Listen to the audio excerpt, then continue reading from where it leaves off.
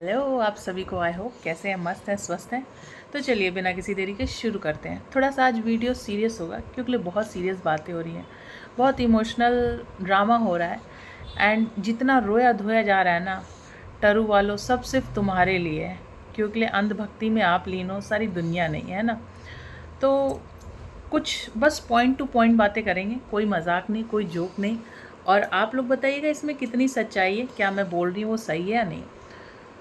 तो पहली बात है ना, जो रोना धोना इस बार लेके आई हैं चाय की दीवानी, इस दिन उन्होंने मुझे छोड़ा, तो इंडियन कल्चर को बिलोंग करती है ना। आज भी हम लोग बहुत मॉडर्न होते हुए भी अपनी रूट से जुड़े हुए हैं और बहुत सारी चीज़ों को मानते हैं, है ना। तो जैसा कि उन्होंने एक्सप्रेस किया, बोला कि दिवाली के टाइम, है ना, आगे पीछे का जो भी उन्होंने बोला, दिवाली के टाइम ही उनके फादर एक्सपायर हो गए थे। बहुत इमोशनल डे है, बहुत, इतना ज़्यादा इमोशनल डे है कि जिसके यहाँ होता है ये, है ना, जिसके साथ हुआ होगा या जहाँ भी हुआ होगा, है ना। मैं किसी पर्टिकुलर को पॉइंट आउट नहीं कर रही हूँ, लेकिन बस अपने कल्चर की बात कर रही हूँ कि अगर किसी तीज त्यौहार, किसी भी ऐसे दिन में अगर कोई ख़त्म होता है अपने घर का, तो वो दिन मान का दिन होता है। कई लोगों के यहाँ कुछ और बोला जाता होगा। मान का दिन ये होता है कि उस, अगर किसी त्यौहार में कोई ख़त्म हुआ है ना, किसी फेस्टिवल टाइम में कोई एक्सपायर हुआ, तो वो फेस्टिवल ही उनके यहाँ सेलिब्रेट नहीं होता, वो फेस्टिवल ही नहीं उनके यहाँ मनाया जाता। और ये तो आप देख ही रहे हैं, कितने दिन से दिवाली की शॉपिंग कर रही हैं, तैयारियाँ कर रही हैं, और अभी तक इमोशनल नहीं हुई, अभी तक बिल्कुल भी इमोशनल नहीं हुई। सडनली इनको इमोशनल स्विच, इमोशनल शॉक सिर्फ इसलिए लगा क्योंकि भाई आपको पता है, इंडियन यूट्यूबर गौतम, उसने बोल दिया कि बहुत जल्दी एक रिकॉर्डिंग लाने वाले हैं। और अब आप समझ जाओ कि कहते हैं ना, किसी के पूंछ पे पैर रख दो ना, किस तरीके से फड़फड़ाता है। तो ये फड़फड़ाहट ही है। चलिए छोड़िए, जाने दीजिए। ये तो एक जो रिचुअल है उसकी बात है। दूसरी मेन बात, आपको अपने पिताजी का बहुत दुख है, अपने पिताजी के लिए बड़ा दर्द है, अपने पिताजी के लिए बहुत टसुएं बहाए जा रही हैं, बहुत इमोशनल पॉइंट है, इसीलिए मैं इसको इस तरीके से नहीं बोल रही हूँ।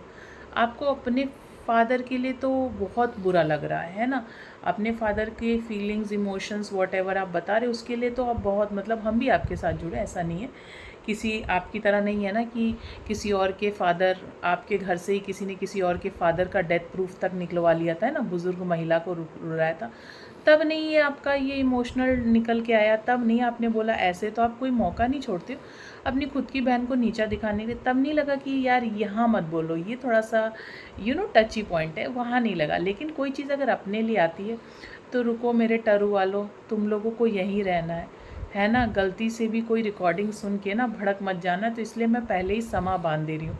हाँ, अभी कुछ घंटों तक मैं दिवाली की ही आपको शॉपिंग्स दिखा रही थी, कैसे डेकोरेशन दिखा रही थी, लेकिन अभी इस ना मेलो ड्रामा की ज़रूरत है। चलिए छोड़िए, उसको रहने देते हैं। अब आते हैं एज वाली बात पे।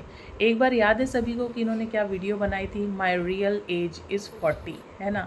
सिर्फ टाइटल था, रियल एज वो 40 नहीं थी। पूरी कहानी, 20 मिनट की कहानी के बाद एंड में कंक्लूजन इन्होंने ड्रॉ किया था कि ये 30 साल की हैं, है ना। अच्छी बात ये है। तो भाई फाइनली आपको पता है एज वाली जो कहानी चली है ना, कितना लंबा खींचतान के फाइनली एज किसी तरीके से 31 बताई गई। और जो कि मैं कह रही थी कि हमारी है ना ये छुटकन्नी एकदम कॉपीराइट, आजकल ग्रैटिट्यूड ग्रैटिट्यूड ग्रैटिट्यूड हर तरफ चल रहा है ना। तो 2 दिन बाद ठीक उसने भी एज पे वीडियो बनाई, और जस्ट बिकॉज उसको अपनी बड़कन्नी को ना चाटा मारना था, इसीलिए तो उसको नाम देते हैं डिसमेंटल नागिन। तो उसने अपनी एज बताई नियर बाय 30 या 31। तो भाई देख लो, अभी आज इनको कहते हैं ना कि अगर आप झूठ बोलते हो ना तो आपको याद रखने की ज़रूरत है, अगर आप हमेशा सच बोलोगे तो कभी ज़रूरत ही नहीं पड़ेगी उसे याद रखने की। तो झूठ तो इतने बोलते हैं, आए दिन बोलते हैं, कितना ये लोग याद रख ले। तो इसी वजह से यहाँ भी मात खा गई, है ना। बताया खुद को कि 3 साल तो मेरे से छोटी है डिसमेंटल नागिन, और टीपू मेरे से 1.5 साल छोटा है। तो देख लीजिए। और सबसे एपिक बात तो ये है कि भैया सारे लोगों पे जो उंगली उठा रही हैं कि हम इनकी परवाह नहीं करते, उनकी परवाह नहीं करते, और अपना पुराना इतिहास उठा के लाए हैं। तो जितने लोग भी व्लॉगिंग देखते हैं, वीडियोस देखते हैं, आपको देखते हैं, हमको देखते हैं, XYZ कोई भी हो, चाहे वो हम हो, है ना, हम खुद हों, तो हमारे मम्मी पापा का स्ट्रगल ना ऐसा ही रहा है। मैक्सिमम 90% जेंट्री जो लोग देखते हैं उनके मम्मी पापा का स्ट्रगल ऐसा ही रहा है। और हम लोग भी छोटे थे, हम लोगों ने भी बहुत सारे ऐसे दिन देखे हैं स्ट्रगलिंग के। आज के टाइम पे इतनी अपॉर्चुनिटीज़ है, टाइम एडवांस हो गया है ना, इतनी सारी चीज़ें हैं। 90s की अगर बात करें तो ये सब चीज़ें नहीं थी, सुख सुविधाएं नहीं थी, तो दुनिया बहुत बदलती आई है ना।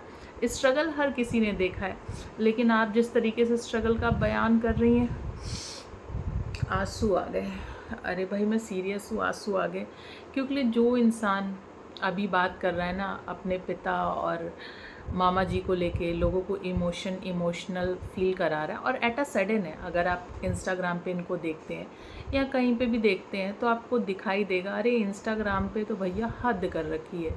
डिसमेंटल नागिन ने तो ग्रेटिट्यूड के नाम पे जो जो वीडियोस बनाए हैं, उसका तो एक उसने रील लगाया है, एक औरत जितनी दुल्हन बन के नहीं सज संवरती, टूट के उससे ज़्यादा सज संवर जाती है ना। तो इमोशनल पंच लाइन, और पूरे नीचे लिखा है ग्रेटिट्यूड ग्रेटिट्यूड ग्रेटिट्यूड। एक वर्ड दोनों को मिल गया है, और दोनों को क्या भाई, ये तो इनोवेशन हमारी बड़कन्नी बेचारी बड़ी मेहनत करती है ना। हर व्लॉग में एक सेंटेंस तो पूरा इंग्लिश में बोलती है ना, देखिए कैसे बता रही, पता नहीं क्या लोग कैसे लोग, वट एवर ब्ला ब्ला। तो आप लोगों को समझ में आ रहा है अचानक से ये सफाई, इमोशनल मेलोड्रामा क्यों किया जा रहा है? क्योंकि आपको पता ही है, इससे पहले वाले वीडियो में मैंने बताया कोई एक्सपोज होने वाला है। कहीं ऐसा तो नहीं जिसकी वीडियो लीक होने वाली वो इन्हीं के घर से हो, है ना। कहाँ नहीं, कुछ कहा नहीं जा सकता है, कोई भरोसा नहीं है। क्योंकि हाथी के दांत खाने के और हैं, दिखाने के और हैं। वो इनके पति और PhD जिज्जा, भले ही वो वीडियोस में सामने ना आए, लेकिन पीछे से तो फुल बाउंसर खेलते हैं, है ना। सबके विकेट गिरा देते हैं।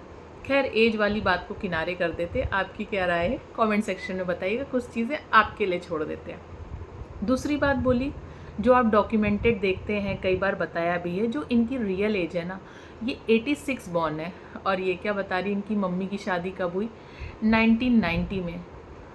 तो दीदी एक बात बताओ, मतलब एक बचपन से ना मुझे एक प्रॉब्लम का सोल्यूशन आज तक नहीं मिल पाया। प्रॉब्लम का सोल्यूशन नहीं है, एक क्वेश्चन का जवाब आज तक नहीं है। पहले मुर्गी आई कि अंडा आया, कि अंडा आया कि मुर्गी आई?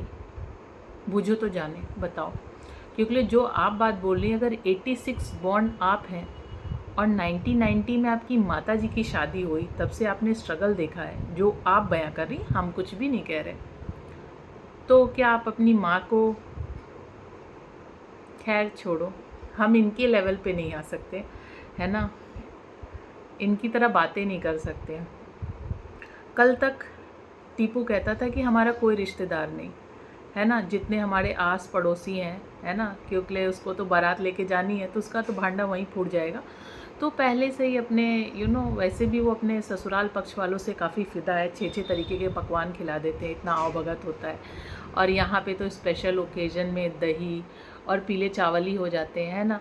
तो हम समझ सकते हैं बेचारे ने कभी देखा नहीं है इतने सारे। ये बनाती तो हैं वीडियो ब्लॉगिंग, बट पता नहीं कहाँ चला जाता है, खाली वीडियो ब्लॉगिंग के लिए चीज़ें बनाती हैं। हमने पोहा बनाया है, देखिए हमने आलू गोभी बनाई है, हमने पराठे बनाए हैं। देखते ही आप लोग कितना कितना ज़्यादा चलता रहता है खाना पकाना। लेकिन बेचारा इम्प्रेस तो बस अपने ससुराल से ही है। बेचारे को बड़ी मुश्किल से लड़की जो मिल रही है, पता नहीं वो लड़की अंधी है, लड़की के घर वाले उस अपनी लड़की के लिए अंधे हैं जो इस घर में आ रहे हैं, जिसने पूरे के पूरे अपने ही घर में आग लगा रखी है। अपने ही मामा, बुआ, मौसी, सबकी तो धज्जियाँ उड़ा रखी। ज़रूरत पड़ने पे हाँ हर जगह पहुंच जाते, जैसे अभी रिसेंटली बुआ के घर पहुंच गए। खैर, टीपू ने तो कहा था कि कोई हमारा नहीं है ना, कोई रिश्तेदार नहीं, कोई हमारा अपना नहीं, कोई हमारा सगा नहीं, जितने लोग हैं वो सब यही गांव वाले हैं ना। जितने भी हमारे आस पड़ोस के लोग हैं और हमारे PhD जिज्जा हैं, उनके घर वाले हो गए, मेरी दीदी के घर वाले हो गए, बस यही लोग हमारे रिश्तेदार हैं, और कोई हमारे रिश्तेदार नहीं है।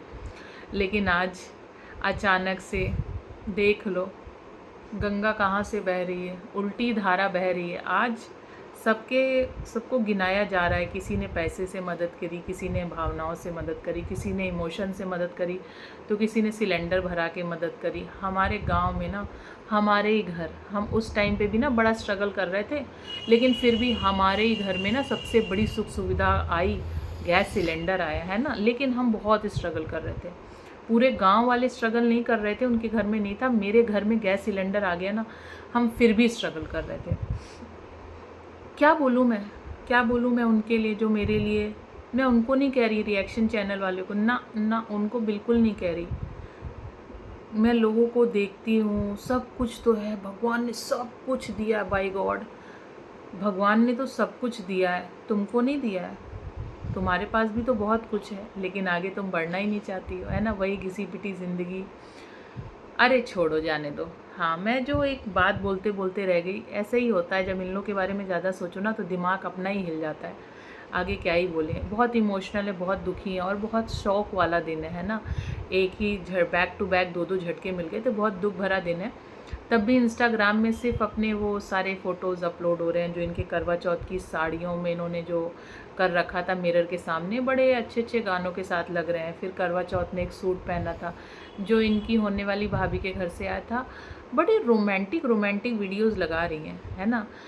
कहने का तात्पर्य ये है कि इनके वीडियो से हमें परहेज़ नहीं है। जिसके घर में दुख होता है, शौक़ होता है, वो कहीं ना कहीं इन सब चीज़ों को प्रकट करता है ना, स्टेटस की तरह डालता है। भले गए हुए ज़माना हो गया, ओम शांति डालता है या याद आएंगे, मिस यू वगैरह वगैरह, लेकिन इनके तेवर, इनके रंग और इनकी बातें बिल्कुल भी सूट नहीं कर रही है। और ये सारा सिर्फ कवरेज है, ये सिर्फ टरू वालों की सहानुभूति लेने के लिए। बाकी सबका तो सबको पता है कौन कितने पानी में। चलिए मिलते हैं नेक्स्ट व्लॉग में। Till then bye bye, tata, take care, good night.